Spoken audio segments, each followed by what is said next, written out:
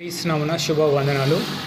Greetings name of Jesus Lord our saviour. చూసుకున్నట్లయితే 1 కొరింథీ 14వ అధ్యాయము 20వ వచనం. సహోదరులారా, మీరు బుద్ధి విషయమై పసిపిల్లలు కాగా దుష్టత్వం విషయమై శిశువులుగా ఉండుడి. బుద్ధి విషయమై పెద్దవారులై ఉండుడి. అన్య భాషలు మాట్లాడు జనుల ద్వారాను పరజనుల పెదల ద్వారాను ఈ జనులతో మాట్లాడుదును. అప్పటికైన వారు నా మాట వినకపోదురు అని ప్రభువు చెప్పుచున్నాడని ధర్మశాస్త్రంలో వ్రాయబడి ఉన్నది. చూసిరా, బుద్ధి విషయమై పసిపిల్లల దుష్టత్వ విషయమై శిశువులుగా ఉండాలి. అసలు 5th క్లాస్ బిలో పిల్లలు ఎలా ఉంటారు? వాళ్ళు ఏదైనా తోటలో ఉన్న ఆదాము హవ్వల వల్లే ఉంటారు. వాళ్ళకు పాపం అనేది తెలియదు. What is sin. ఆ విధంగా ఉండమని ఇక్కడ దేవుడు మనకు వాక్యం సెలవిస్తుంది. కాబట్టి మనము బుద్ధి విషయమై పెద్దవారే ఉండాలి. చూసిరా, ఈ ప్రపంచం ఎంత మూవింగ్ అవుతుందంటే ఇస్సాకు జనరేషన్. ఇస్సాకు చాలా ప్రార్థన పరుడు. అబ్రహాం ప్రార్థన చేస్తే ఆశీర్వాదాలు ఇస్సాకు మీదకి వచ్చినాయి. ఇస్సాకు ప్రార్థన చేస్తే ఆశీర్వాదాలు యాకోబు మీదకి. యాకోబు ప్రార్థన చేస్తే 12 మంది కుమారుల మీదకి. వాళ్ళంతా ప్రార్థన చేస్తే ఇప్పుడు ప్రపంచమంతా ఉన్న కనిపెట్టింది ఎవరు?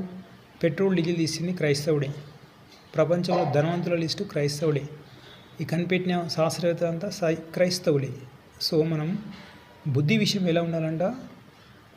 బుద్ధి విషయం పెద్దవారిలే ఉండాలి. కాబట్టి దేవుని అడగాలి. యాకోబు పత్రిక 1వ అధ్యాయము 5వ వచనం, మీలో ఎవరికైనా బుద్ధిగా కోరుకుంటే దేవుని అడగాలని చెలవిస్తుంది. కాబట్టి మనము నాతో గాబ్రియల్ దేవుడితో మాట్లాడినప్పుడు మొట్టమొదటి రెఫరెన్స్ ఇదే, యాకోబు పత్రిక 1వ అధ్యాయం 5వ వచనం. దేవుణ్ణి అడగాలి. మత్తయి సువార్త 7:7 ఉంది కదా, అడుగుడు మీకు ఇవ్వబడును. కానీ ఇప్పుడు ప్రపంచవ్యాప్తంగా చాలామంది మందిరం కాస్త దాదాపు 400 కోట్ల మంది మందిరం కాస్త ఏం అడుగుతారు? దేవుడా, నాకు ఇల్లు లేదు, ఇల్లు కావాలి. దేవుడా, నాకు కారు లేదు, కారు కావాలి. ఇంకా ఈ లోకంలో ఉన్న వాహనాలు, 2 వీలర్స్ కానీ రకరకాల భూములు కానీ అడుగుతారు. ఇవంతా లోకాశ నేత్రాశ. ఇవి అడగకూడదు. ఎందుకంటే ఈ నీటి బుగ్గ లాంటి జీవితం, ఈ నీటి బుగ్గ లాంటి జీవితాన్ని మనము క్రీస్తు డిఎన్ఏగా ఉండాలి. Who is Christ? క్రీస్తు ఎవరు? All profits included Christ. అందరి ప్రవక్తల లక్షణాలు క్రీస్తులో ఉన్నాయి. చూసిరా, చేతుల మిగులు కొడతాడు దీవిస్తాడు, కాళ్ళ మిగులు కొడతాడు దీవిస్తాడు. అంటే దావీదు లాంటి శత్రుప్రేమ. దావీదు తెలుసుగా, సౌలు చంపడానికి వచ్చినప్పుడు అతన్ని పారిపోతాడు. కానీ సౌలు గాని తిరగకలు చేసినప్పుడు దావీదు అతన్ని చంపడానికి ఛాన్స్ ఉన్నా చంపాడు.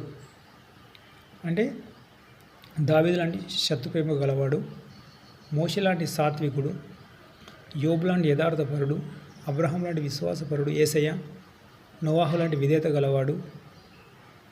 చూసిరా, అద్భుతాలు సూచక్రియలు మహత్కారాలు చేసిండు. ఏలియా లాంటి ప్రార్థన పరుడు.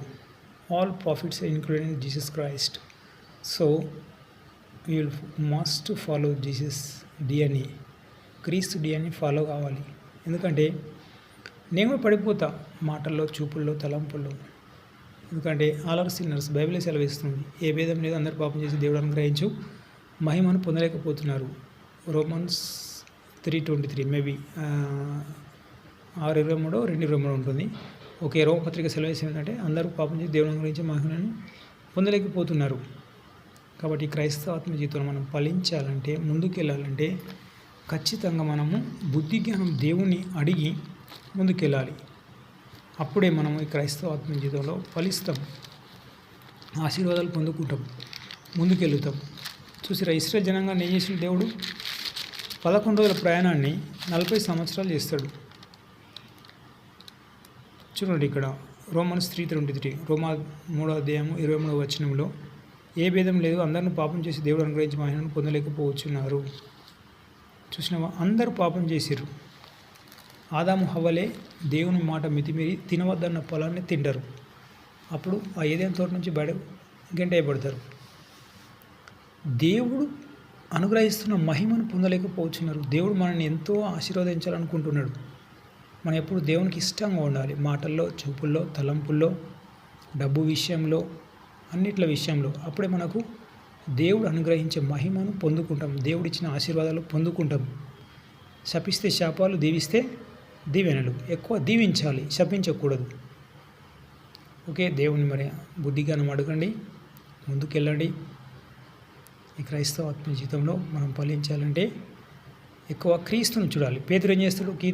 క్రీస్తుని చూసినప్పుడు నీళ్ళ మీద నడుస్తాడు. What happened Peter in his life? When he saw Jesus Christ he walked on the water. So పేతురు క్రీస్తుని చూసినప్పుడు నీళ్ళ మీద నడుస్తాడు.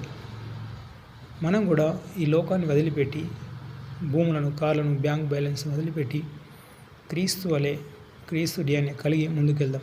God bless you. Have a nice day. Praise the lord.